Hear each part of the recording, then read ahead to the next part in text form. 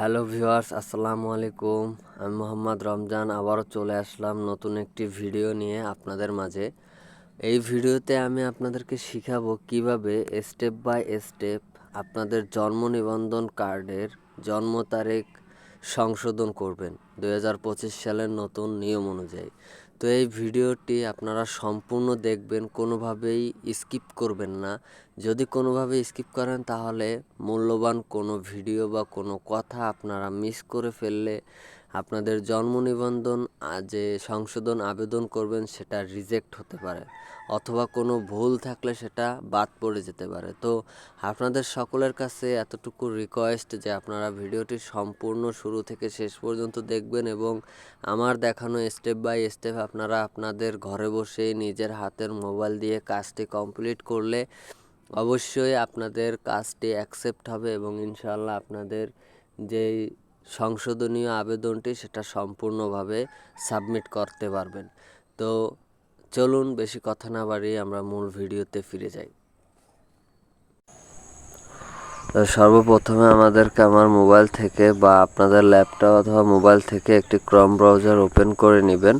Chrome browser open করে নেওয়ার পরে সার্চ বারে ক্লিক করবেন। সার্চ বারে ক্লিক করার পর এখানে লিখবেন https://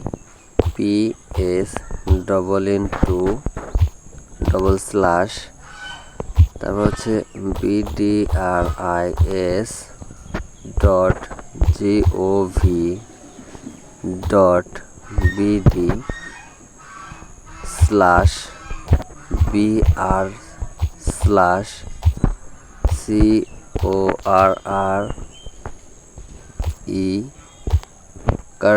এটা লেখার পরে আপনি এন্টার প্রেস করে দিবেন। এন্টার প্রেস করে দেওয়ার পরে আপনার সামনে এরকমের একটি ইন্টারফেস চলে আসবে, যেখানে আপনি আপনার জন্ম নিবন্ধনের যে ডিজিটাল 17 ডিজিটের যে নাম্বারটি সেটা এখানে দিবেন। সেটা এই জায়গায় দেওয়ার পরে আপনার হচ্ছে যে ডেট অফ বার্থটা, সেই ডেট অফ বার্থটা আপনি এখানে দিয়ে দিবেন। দিয়ে দেওয়ার পর এবং এখানে দেখতে পাচ্ছেন জলছাপ আকারের ভিতরে কিছু নাম্বারস লেখা রয়েছে, সেটা আপনি এই ক্যাপচা এন্টার এটার মধ্যে ক্লিক করে অনুসন্ধানের উপর ক্লিক করে দিবেন। তাহলে এই জায়গাটায় আপনার যে কাঙ্ক্ষিত এবং আপনার নিজের যে জন্ম নিবন্ধনের অনলাইন ফর্মটা বা কার্ডটা সার্টিফিকেট সেটা আপনি এখানে দেখতে পারবেন। তো চলুন প্রথমে আমি আমারটা কমপ্লিট করে নিচ্ছি, তারপরে আবার মূল কথায় ফিরি। তো আপনারা দেখতে পাচ্ছেন এখানে আমার যে কাঙ্ক্ষিত জন্ম নিবন্ধনটা সেটা অ্যাকচুয়ালি চলে এসেছে। এখন আমি এখানে নিচে দেখুন নির্বাচন করুন। আপনার যদি সঠিক যেটা আপনার নিজের সেটা যদি চলে আসে এখানে, তাহলে আপনি এখানে নির্বাচনের উপরে ক্লিক করে দিবেন। ক্লিক করে দেওয়ার পরে আপনার কাছে এরকম একটি ইন্টারফেস চলে আসবে। আপনি কি নিশ্চিত যে এটা আপনারই? আপনি লিখে দিবেন হ্যাঁ, যদি না হয় তাহলে না করে দিবেন। তারপরে এখানে যে বিষয়টি রয়েছে সেটা হচ্ছে আপনার নির্বাচন করুন। কি নির্বাচন করতে বলা হয়েছে এটার উপর ক্লিক করলে আপনি দেখতে পাবেন যে আপনার কোন জিনিসটা আপনি সঠিকভাবে মানে ভুল রয়েছে সেটা সঠিক করতে চান। যেহেতু আমার এখানে জন্ম নিবন্ধন তারিখ, আমি তারিখে ক্লিক করে দিব। আপনাদের যদি তারিখের পরিবর্তে লিঙ্গ, পিতামাতার বাংলা ইংলিশ নাম এটা পরিবর্তন করতে আপনারা সেটার উপরে ক্লিক করে দিবেন। সো আমি যেহেতু জন্ম নিবন্ধন করতেছি, আমার জন্ম নিবন্ধন, তারপরে এখানে যে ডেটটি রয়েছে সেই ডেট এবং সংশোধনের কারণ আমি এখানে ডেটটি করে দিব, সঠিক করে দিব। আমি এখানে 6 দিব, তার জন্য আমি 6 দিয়ে দিলাম। এখন এখানে কারণ হচ্ছে ভুল লিপিবদ্ধ। হ্যাঁ, ভুল লিপিবদ্ধ। এখন এখানে আপনাদের যে কোনো একটা জিনিস মানে যে এটা করার জন্য হয় আপনার 5 পাসের সার্টিফিকেট নাই, JSC সার্টিফিকেট, অথবা আপনার হাসপাতালের ইপিআই কার্ড, অথবা আপনার SSC সার্টিফিকেট, এগুলোর যে কোনো একটি সার্টিফিকেটে আপনার পূর্ণ মানে পিছনের যে বয়সটি অরিজিনাল বয়সটি সেটা থাকতে হবে প্রমাণস্বরূপ হিসাবে, এবং সেটাকে আপনার এই জায়গায় হচ্ছে সংযোজন করে দিতে হবে। সংযোজন করে দেওয়ার পরে আপনি যদি আরও অন্য কোনো কিছু পরিবর্তন করতে চান তাহলে এটা এখানে ক্লিক করে করে আপনারা পরিবর্তন করে দিতে পারবেন। সো আপনার কাছে যে কাগজটা থাকবে সেটা আপনি এই সংযোজনের উপর ক্লিক করে আপনি অ্যাড করে দিবেন। তবে একটা জিনিস খেয়াল করবেন, এখানে কিন্তু একটি নোট দেওয়া রয়েছে, নোটটি সম্পূর্ণভাবে পড়বেন। পড়ার পরে হচ্ছে কি আপনি এখানে দিবেন। এখানে কি বলা আছে, শুধুমাত্র image file JPG, JPEG, PNG upload করা যাবে।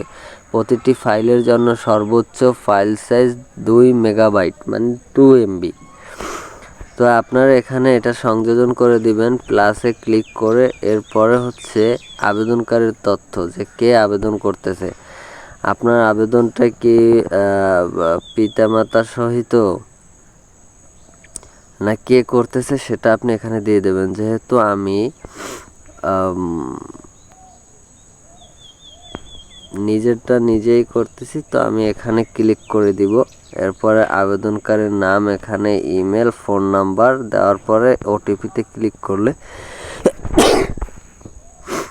ফোন নাম্বার দেওয়ার পরে ওটিপিতে ক্লিক করলে একটি ওটিপি চলে আসবে, সেটা আপনি এখানে এন্টার করে দিবেন। তো আমি আমার যে কাজটি সেটা সম্পূর্ণ করে আবারও ফিরতেছি।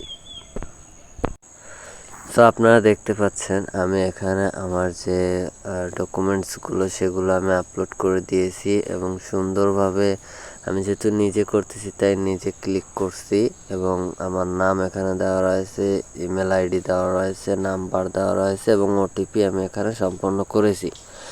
এরপরে আপনি এখানে সাবমিট অপশনে ক্লিক করে দেবেন। সাবমিট অপশনে ক্লিক করলে আপনার এরকমের একটি ইন্টারফেস চলে আসবে, অর্থাৎ সাকসেস, আবেদনটি সফলভাবে সাবমিট করা হয়েছে, জন্ম তথ্য সংশোধনের জন্য আবেদন। ঠিক আছে না? এখন আপনি এখানে দেখুন আপনার কিছু নাম্বারস রয়েছে এই জায়গাটায়। এটা হলো আপনার আবেদন নাম্বার।